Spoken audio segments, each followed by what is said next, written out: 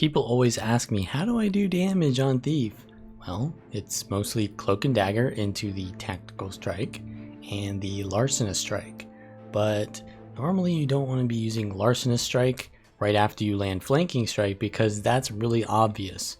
So a lot of times what I'll do is I will go in with the Sword 2 for the Immobilize, and then I will Cloak and Dagger and use the Tactical Strike. While they're dazed, I will give them just some auto attacks. When they try to counter pressure me, I'll use my dodges and then the Flanking Strike. If you land the Flanking Strike, you can back off and then wait for them to dodge, and then Larcenous Strike with Steel. And if you land Larcenous with Steel, you'll remove boons, which gives you more likelihood of hitting the extra damage when they have no boons, which is what gives you most of your burst damage. Here's a ranked PvP match as the Sword Dagger Daredevil. In comparison to the core Sword Dagger Thief, this one is a little bit more team fight oriented, but they're essentially the same thing. So we'll be heading into mid at the start, looking to get kills. And the enemy team is in stealth, it appears, because they have a dagger pistol thief on their team. So a little bit of a disadvantage on our opener, but we are going to jump on the target here. We see that their thief is kind of low, but I do want to stay on the necro here. We get a good interrupt on their heal, but I can't really interrupt their heal again. They go into shroud, and I'm just trying to stick on top of the target. As you can see here, the whole idea of Sword Dagger Thief is to keep staying on top of the target and using your auto attack, and then when they try to counter pressure you, you're going to dodge with your Sword 3 and pretty much just stick to the target. Your whole idea as a Sword Dagger Thief is DPS more so than burst. So our teammate has died here because their necro is surviving pretty well. There's not really too many other people on the target with me, so it is kind of, maybe we should be on a different target, but yeah, we're probably going to, so we've actually had both of our necros die so far, and we still haven't killed one, so we probably need to be getting out of this fight at this point. So I am trying to survive here, and their thief is on me. I'm going to use the stolen ability, and I land my steal, which is going to be nice because that's going to allow me to disengage. But yeah, we've basically had all of our team die there, so we need to disengage and go somewhere else. So I'm going to try to get out of combat here and re-sustain by getting out of combat. And while I'm out of combat, I actually see maybe that I can get a decap on middle, but their thief sees this and comes back to mid. I actually miss steal because of blind, and I get, there's like traps left behind. I do a little bit of juking with my sword too, but the thief, I think, they have the ability to still chase me. So yeah, I am unfortunately going to go down here. So at this point, we are pretty far behind.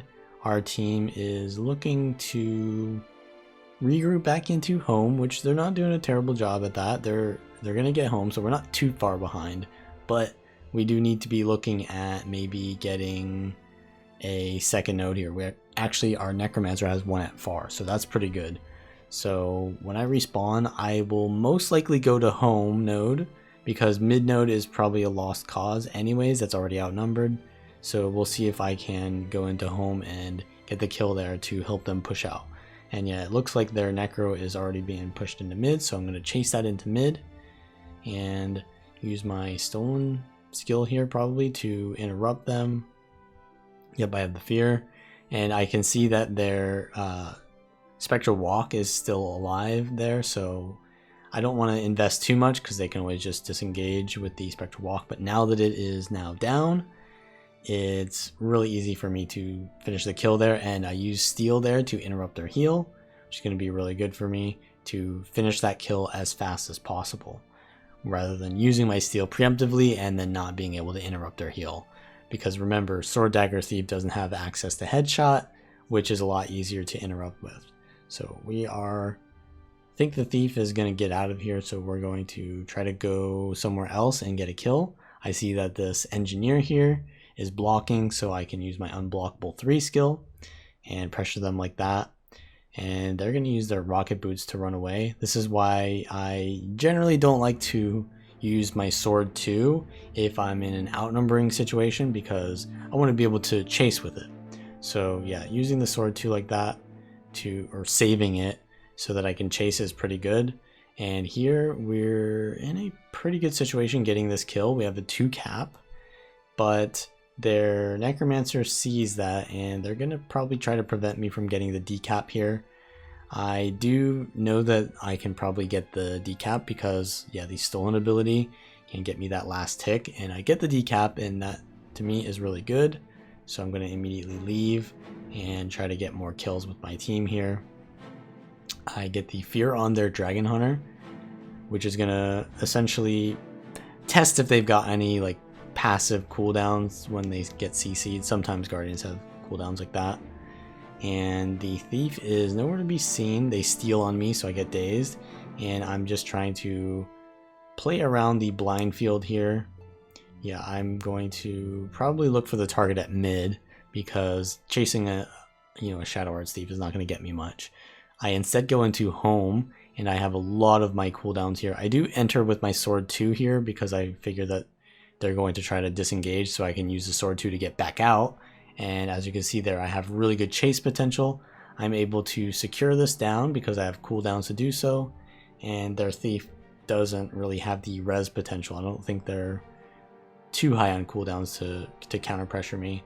So I am going to just play very safe here. Now their thief is going to push into our NG here, but that's fine. I'm going to leave again and see if I can counter pressure this thief. I actually land steal and my cloak and dagger burst there, which is really good, but they go in stealth as usual, so I don't chase. Now going into mid, I see that their engineer here is pretty low. We're 2v1ing it already, so I just need to keep CCing them just to make sure that we land our damage. They're just kind of running all over the place. As you can see there, I save my sword 2 again for the chase, but they're getting peeled for by their allies, so it's going to be really hard to go in here. So I back off, and they are pretty low. Yeah, they start disengaging, which means they're not by their team. So I immediately use all of my ports to secure that kill there, which is going to be really good. Now their DH might go for the kill here, so I'm just line of sighting while safely cleaving with the short bow, and then I re-engage. But the dragon hunter is now on me. I have to steal to them and just survive at this point. But they are playing safely, probably because they're very squishy, and they're running all over the place. So I just stand there and let go of my mouse so that my auto attacks will hit them. And I try to shadow step stomp, but there's like a bug where if you de-target while shadow step stomping, you don't get the stomp for whatever reason. Now we've got a kill here, and we're still in a 2v3, so we're like 2v4 on the map, which means we're going to get the rest of the nodes, which is kind of good for us, but we've lost one. So I'm just going to try to survive here, not try to die, because then we'll lose the nodes that we've gained. Speaking of which, we're getting decapped on middle.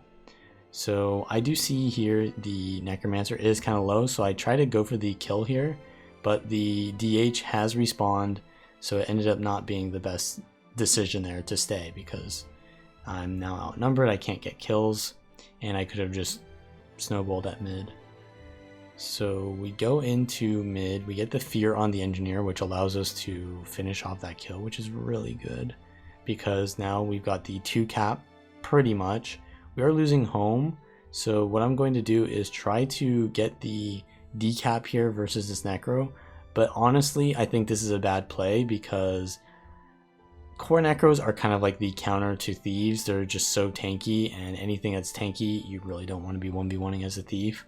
So this is kind of a bad decision by me, so I leave and essentially get no value out of that rotation, but I'm able to get the res on my necro here, which is going to be good for us. So the target here is probably this DH. Going to land the steal on them immediately, and I don't want to stand in their traps because that'll just heal them, so I'm just waiting here. I can de-target to someone else, because essentially if the dragon hunter is camping their traps, they're being zoned out of the fight. So this is pretty good. Now the thief potentially, yeah, the thief is on me now. I'm trying to survive and counter pressure them, The enemy Necro is here as well, so I'm going to Dagger Storm. The NG is also here, so I'm just going to leave and wait for my team to arrive, or go help get kills elsewhere and out-rotate. So seems that my warrior got the Necro down here, which is really good. But yeah, their team is rotating to respawn, and we are in like a 3v3 here, but yeah, we've got the down, so we're in a pretty good advantageous situation here. I just have to be a little bit safe because I'm constantly getting pressured here. So we don't get the decap. Our warrior decides they're going to go to mid, and our Necro will cap. So I'm actually going to stay and get the kill on the Dragon Hunter here, because Dragon Hunters are a pretty dangerous, they're high kill potential. So that also means that they're a high priority target to prevent, from making plays. And also Dragon Hunters are just very squishy. So it's a good target to stay here and kill. If it were like the core Necro, I would have left them here, but yeah. So we secure that kill, and now I leave the core Necro to duel the core Necro instead of +1ing, because that's not really worth my time. It's going to just take too much time to +1 that. So I go to mid instead, and this is in a somewhat disadvantageous situation. It was a 2v2, but one is down. So now we're in a 2v3 with a downed ally. But we are in a pretty okay situation for now.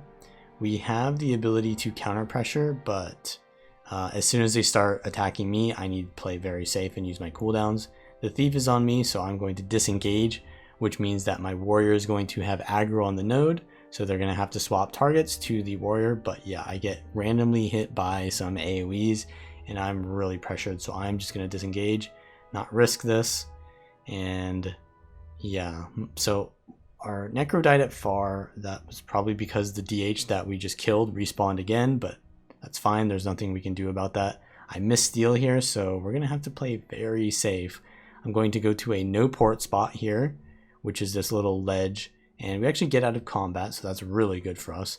Now I see their thief is full capping home, and it's a 450 points. The enemy team has that many points, so any full cap that the enemy gets is really not good. So I have to prevent this full cap here by taking the 1v1, but their thief leaves, so I'm going to chase because obviously they have other nodes too. We want to focus on decapping nodes and then rebalancing the map in our favor so that our teammates can win the fights and prevent the enemy team from basically holding any nodes. So we're restabilizing the map rather than going for greedy points here, because if we went for greedy points here, the enemy team would get points too, and they would win because they're closer to winning. So at this point, we really need to just get kills and decap the map by getting the enemy off the map. And if we do eventually get them off the map, that can be a win condition. Now we've got the decap, and our Necromancer actually capped home and is in a 1v1. So we're in a good spot. So I want to +1 this Dragon Hunter again. And they're out of cooldown, so this is really good for me. They're just running around, so I let go of my mouse here and just finish them off. So yeah, we're actually 3-capping at this point, which is really good. So at this point, we know that their Dragon Hunter is on respawn, maybe another respawn here. Yeah, they're Necro, and we just need to hold all 3 nodes. So I'm going to pressure people off the node, but we know that their thief is missing, so I go back to mid because I see that our warrior is not watching mid. And yeah, the NG is also there, so I'm going to hold the node here at mid, just do as many conditions as possible because I can't really kill them without, giving up the node. So I'm just trying to hold it because we are almost ahead of them in points. Now our warrior does get on the node now, so we're in a good situation. Everyone else is holding nodes, they're AFK on nodes, which means that we can essentially win because we just got to stand on the node, die on the node, and we will win. So that's pretty much how you play the Sword Dagger Daredevil. If you like this kind of content, leave a like and subscribe for more, and check out the links in the description below, and I will see you all next time.